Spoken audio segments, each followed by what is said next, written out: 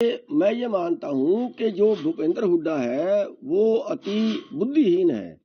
हरियाणा में जो माहौल बनाया कांग्रेस के पक्ष में वो हमने बनाया था, वो किसान वर्ग ने बनाया था। किसान चलो मेरे को नहीं दी थी, दूसरे 2 किसान लीडरों को दे देता, कम से कम लोगों के अंदर ये तो जाता कि हाँ अब किसानों का कौन है जी, बीजेपी। वैसे किसानों की तो हमने कांग्रेस नजदीक नहीं लगाती, फिर कहाँ जाएंगे ये। इसलिए हम आप खड़े हुए, रमेश दलाल खड़ा हुआ, हर्ष शिकारा खड़ा हुआ, मैं खड़ा हुआ, और भी कई लोग प्रयास में थे लेकिन वो नहीं हो पाए। मैं बता रहा हूं ना, सबसे बड़ी वजह ये रही कि इसने किसी से समझौता नहीं किया और कांग्रेस ने इसके ऊपर छोड़ दी। और अब भी मैं आपके माध्यम से कहना चाहता हूं कांग्रेस हाईकमान को कि अब भी जो विपक्ष का नेता बनाना है वो भूपेंद्र हुड्डा को ना बनाए, क्योंकि पिछले 10 सालों में भूपेंद्र हुड्डा ने विपक्ष की भूमिका नहीं निभाई। किसान यूनियन ने विपक्ष की भूमिका निभाई थी, भूपेंद्र हुड्डा ने विपक्ष की भूमिका नहीं निभाई। और अगर आगे भी ऐसा रहा तो फिर आगे भी मत उम्मीद करना कि कांग्रेस का राज आएगा।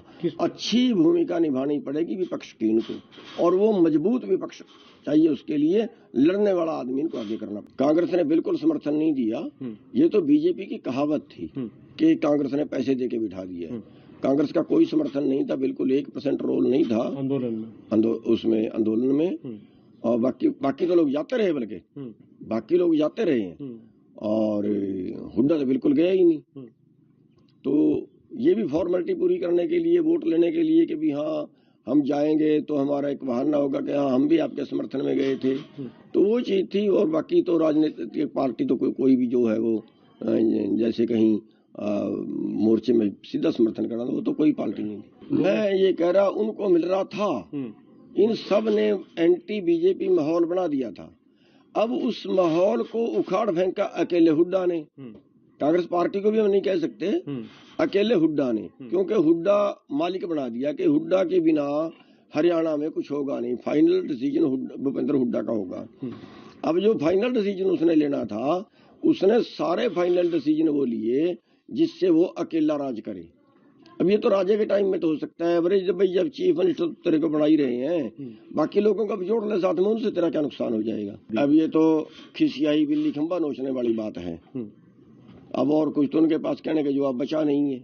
अब इस बात पे आगे अरे उनको अपना हुड्डा पे कार्रवाई करे ना कांग्रेस, जो दोषी है उस पे कार्रवाई करे, सबसे जरूरी है बनता है। वो भूपेंद्र हुड्डा हो या चन्नू जी हो, ये स्पष्ट हो जाता है कि ये सबके सब लोग कांग्रेस के इंटरनल कार्यकर्ता हैं। कोई फ्रंट पे कांग्रेस का कार्यकर्ता है, गुरनाम सिंह जी जैसे लोग दिखाएंगे अपने आप को संयुक्त किसान मोर्चा का, पर पीछे झोला ओढ़े हुए कांग्रेस पार्टी का। इससे स्पष्ट हो चुका है कि ये सबके सबका आका जो है वो राहुल गांधी जी हैं, और राहुल गांधी जी ने पिछले 1.5 महीने में सिर्फ एक ही काम किया, वो किसानों की भलाई नहीं चाह रहे थे, वो गुरनाम सिंह चन्नू को एज फ्रंट इस्तेमाल करना चाह रहे थे जिससे वो किसानों के बीच में भेदभाव पैदा कर सके। परंतु हरियाणा का किसान समझदार है, वो मान चुका है कि इसको प्रधानमंत्री नरेंद्र मोदी जिन्होंने किसान सम्मान निधि दी है उसको चुनना है, ना कि कांग्रेस पार्टी की झूठ की राजनीति का। भूपेंद्र हुड्डा, गुरनाम सिंह जी सब के सब कांग्रेस पार्टी के कार्यकर्ता हैं। कोई सामने से कांग्रेस का कार्यकर्ता है, जो पीछे से कांग्रेस का कार्यकर्ता है, और इन सबका फेलियर कांग्रेस पार्टी की तरफ से राहुल गांधी को जाता है, क्योंकि वो 50वीं बार उन्होंने सोचा रीलॉन्च होंगे हरियाणा में, और हरियाणा की जनता ने बोल दिया हम झूठ को स्वीकारेंगे नहीं। तभी किसानों ने राहुल गांधी और कांग्रेस पार्टी को करारा जवाब दिया है।